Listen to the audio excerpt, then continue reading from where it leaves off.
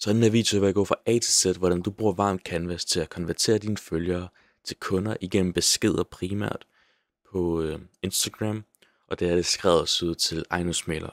Og grunden til at kalde det Varm Canvas, det er fordi du rækker ud til folk, som du kender, i stedet for Kold Canvas, hvor du jo rækker ud til folk, som du ikke kender. Og jeg har altså lavet hele den her guide til, hvordan du kan bruge Varm Canvas på din Instagram.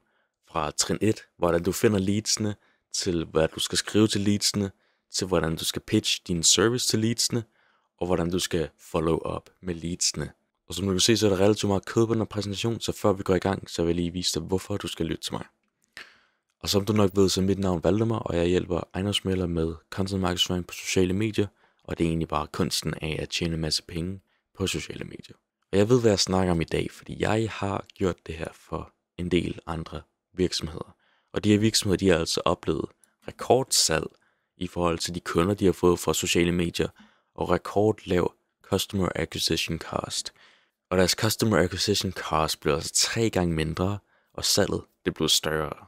Så det er the real deal. Altså, det er også derfor, jeg gør det selv. Jeg bruger det selv i min forretning. Så hvis du går ind og følger mig på sociale medier, så vil du jo nok komme igennem det samme system som det her. Og formålet med den her video, det er altså, at du kan tage den her video, og så implementere, hvad jeg har lært dig i den her video, bruge det i din egen virksomhed, på din egen sociale medieside, og så tjene en masse penge, og få en masse kunder, og få en masse folk til at sælge eller købe deres hus. Og det jeg ønsker for dig, det er, at du bare tager aktion på den her viden, at du ikke bare er ligeglad med den, men du rent faktisk udnytter den og bruger den på din sociale medieside. Og så kan du så takke mig senere. Og indholdet af de her 4 skridt vil jeg nu gå igennem. Og så trin 1, det er, hvordan du finder leadsene, og her der bruger vi altså Instagram til at finde den. Og det er jo som Instagram følgelisten, stories, likes og kommentarer. Og så til sidst, hvordan du får dem til at række ud til dig. Og så trin 2, der går vi altså igennem, hvordan du skal skrive til leadsene, og hvad du skal skrive til leadsene, hvor jeg giver dig et helt fuldt copy-paste manuskript, som er altså plug and play klar til at blive brugt af dig. Og så kommer vi til at gå igennem forskellen på kold, varm og brandvarm leads, når det kommer til Varm Canvas på Instagram. Og så hvilket slags sprog du skal bruge, og voice notes, og så nogle tommelfingerregler. Til hvad og hvordan du skal skrive på de her beskeder. Og så i trin 3, så vil jeg egentlig gå over, hvordan du pitcher dine leads med objection handling, bedste måde pitch, og så inbound leads. Og så sidste trin 4, det er altså, hvordan du følger op med leadsene, og så vil vi gå over, hvornår du skal følge op, hvad du skal skrive, når du følger op, og så hvor meget skal du egentlig følge op. Og de her trin, de er designet til at gøre det så nemt som muligt for dig at implementere de her ting i din ejendomsmæglerforretning, så du kan tjene en masse penge på sociale medier. Og så i forhold til, hvordan du finder leadsene, så har vi jo så de her 4 metoder, og så for hver metode, der vil jeg så vise dig, hvordan man gør det live. Og den nemmeste måde af de her metoder, det er helt klart følgerlisten, hvor du kan få rigtig meget volumen i din pipeline, men til gengæld, så er leadsene relativt kolde i forhold til de andre metoder. Og den måde, man egentlig rækker ud til følgerlisten, det vil jeg vise dig nu. Den måde, man rækker ud til sin følgerliste meget hurtigt, det er ved at gå ind i sin notifikation-tab, klik på, hvem der er nye, ens nye følgere, og så bare gå ind og skrive dem en besked. Og det kan du altså automatisere med et program, som hedder IGDM Pro. Jeg er ikke tilknyttet til det på nogen måde, men jeg har selv brugt det, og det er meget effektivt. Det koster kun 60 kroner om måneden, så altså, jeg vil anbefale at bruge det. Du kan også gøre det manuelt, og manuelt der er man sikker på, der kan man ikke gå galt. Men i sidste ende, så er det op til dig. Det er altså din følgerliste. Nu skal vi over til dine stories.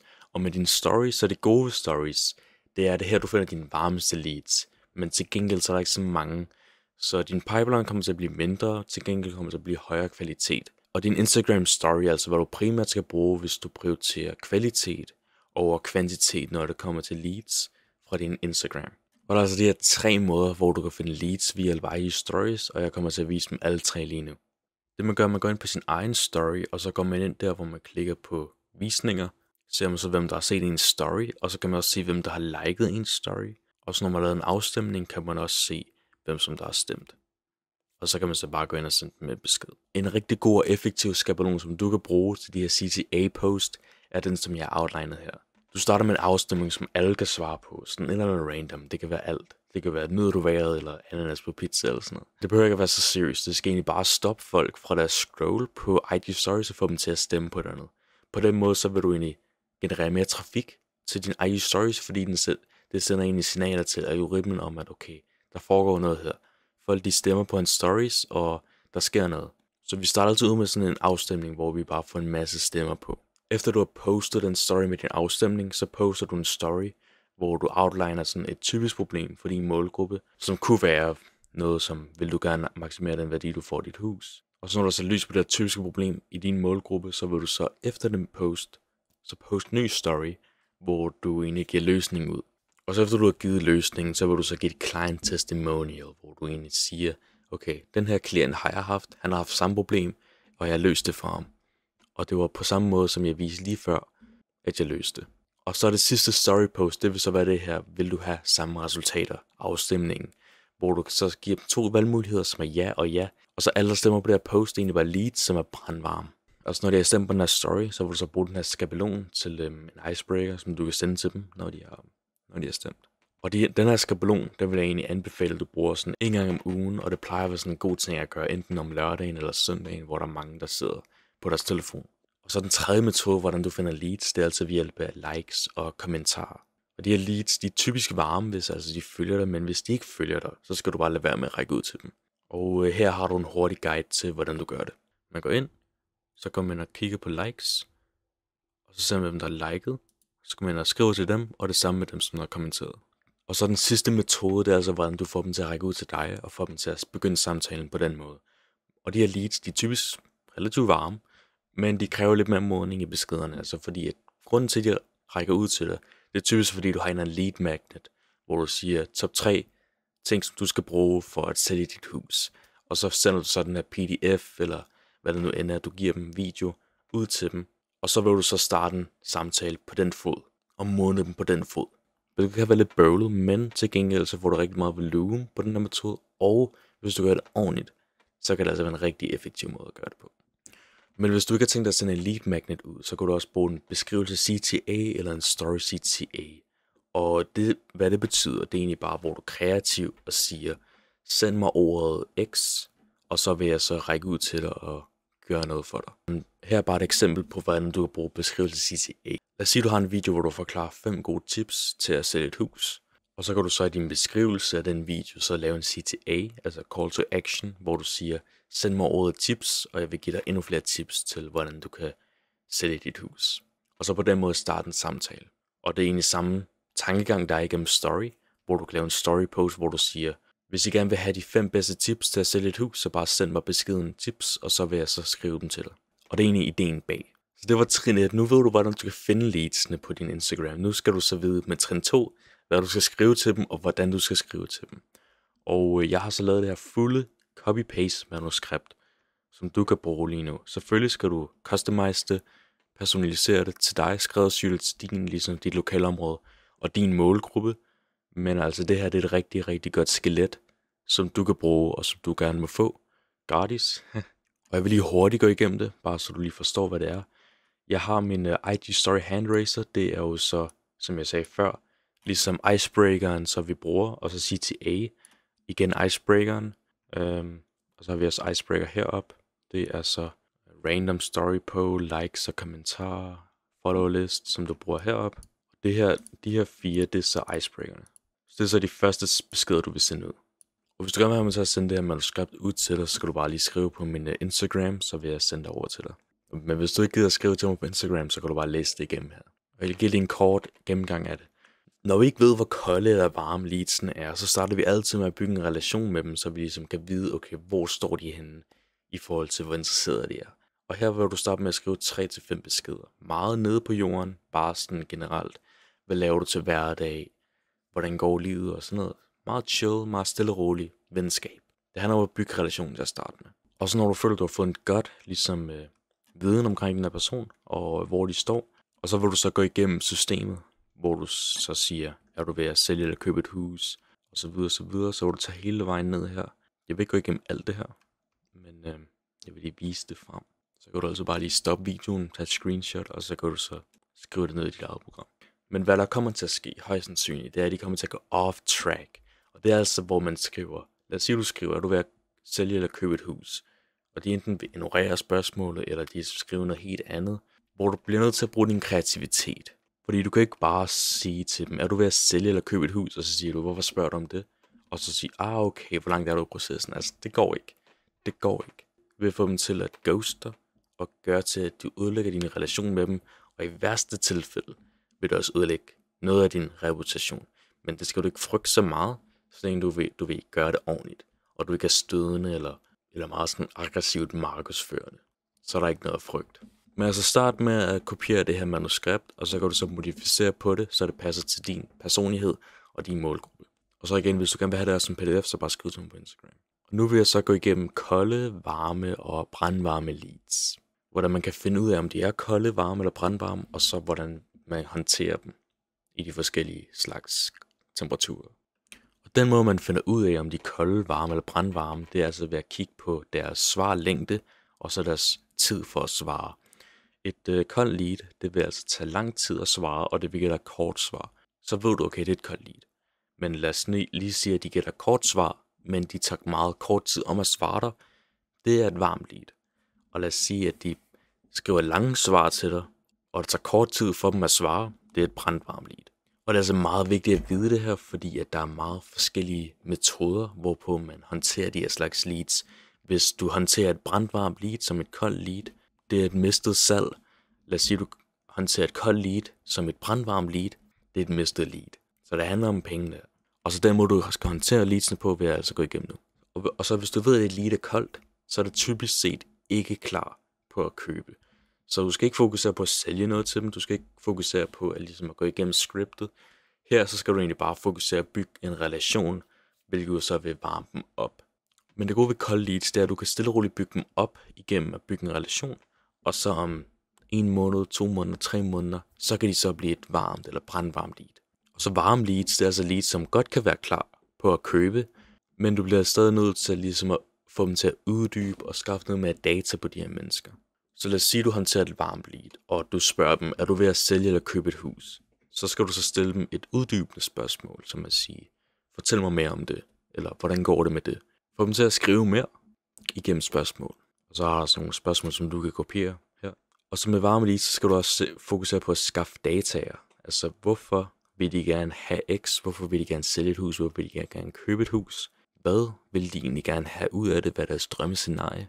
Og så er deres problem. Hvad er det, der stopper dem for at købe det her hus? Og så når du har alle de her ting på plads, du har hvorfor de gør det, hvad de gerne vil have, hvad der stopper dem, og du har fået dem til at uddybe deres svar, og så kan du så pitche din hjælp, som jeg forklarer dig senere, hvordan man gør det. Og så brandvarme leads, dem vi alle sammen rigtig godt kan lide, der skal man egentlig bare være meget hårdt og meget hurtigt på dem, fordi de her folk, det er egentlig folk, som rigtig godt kan lide dig, og som typisk set er klar på at blive mere involveret med din hjælp. Og så med ligesom med varme leads, så vil du her finde dataer om de her brandvarme leads, og du vil finde deres problem, hvad de gerne vil have ud af det, og hvorfor de gør det. Og så det giver dig egentlig ammunition til at pitche dem på en ordentlig måde, så der er de har højst sandsynlighed for at blive til en kunde. Også når du får det her integreret i din måde, hvorpå du laver varm canvas, det vil egentlig bare sørge for, at din fremgangsmåde bliver meget, meget mere smooth med alle de her leads. Og så med tommelfingerregler, hvordan du skal skrive de her beskeder, det er, at du altid skal sikre dig, at du responderer på deres besked. Så lad os tage et eksempel. Lad os sige, at lead skriver til dig, at jeg vil gerne sælge mit hus, fordi at min nabo er en idiot. Der er i stedet for bare at sige, okay, hvordan går det med det? Så vær mere ligesom varm og mere menneskelig og sige, haha, hvad har naboen gjort? Eller sådan noget i den dur. Altså hvor du ligesom vil varme samtalen op, hvilket så vil fjerne den der modstand, de har for dig. Så altid respondere på deres besked. Og det vil så spille ind i den anden regel, hvilket jo er, jo mere personligt du gør det, jo bedre, som jeg har skrevet 2 gange, fordi det er så vigtigt. Altså jo mere personligt du gør det, jo bedre.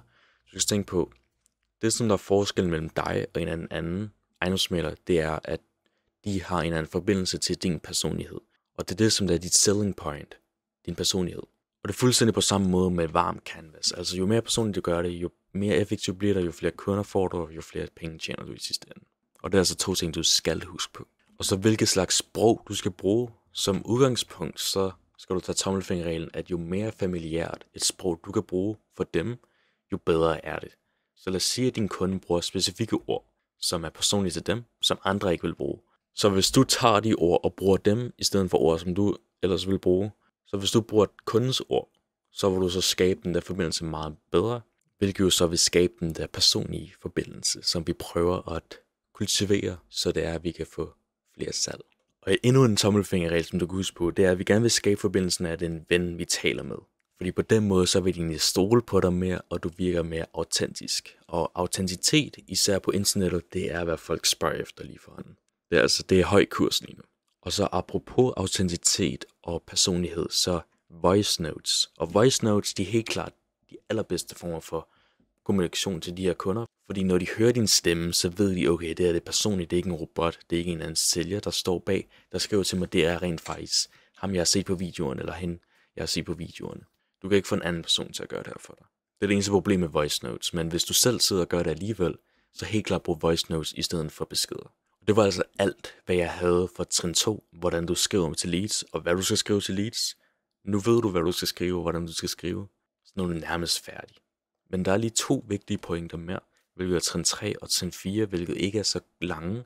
Hvilket, som du også kan se med min præsentation, at der er ikke så meget kød på dem her, men de er stadig vigtige. Så hold ud endnu.